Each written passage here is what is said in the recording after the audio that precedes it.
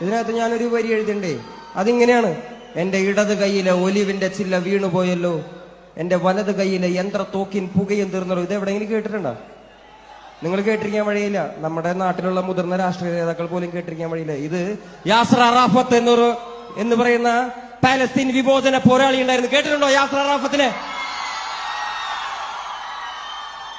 യാസർ അറാഫത്ത് UN-ന്റെ ചർച്ചയിൽ പോയിട്ട് ജനങ്ങളോട് മിണ്ടിയത് ഇങ്ങനെയായിരുന്നു: എന്റെ ഇടത് കൈയിൽ ഒരു ഒലിവിന്റെ ചില്ലയും എന്റെ വലത് കൈയിൽ സ്വാതന്ത്ര്യ സമര സേനാനിയുടെ പോരാളിയുടെ കലാഷ്നിക്കോവ് യന്ത്രത്തോക്കുമായിട്ടാണ് ഞാൻ വന്നിരിക്കുന്നത്.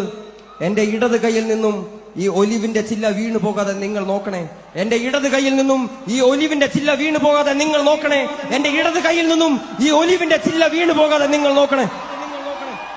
ഇടത് കൈയിലെ ഒലിവിന്റെ ചില്ല വീണു പോയല്ലോ, എന്റെ വലത് കൈയിലെ യന്ത്രത്തോക്കിൻ തിരയും തീർന്നല്ലോ.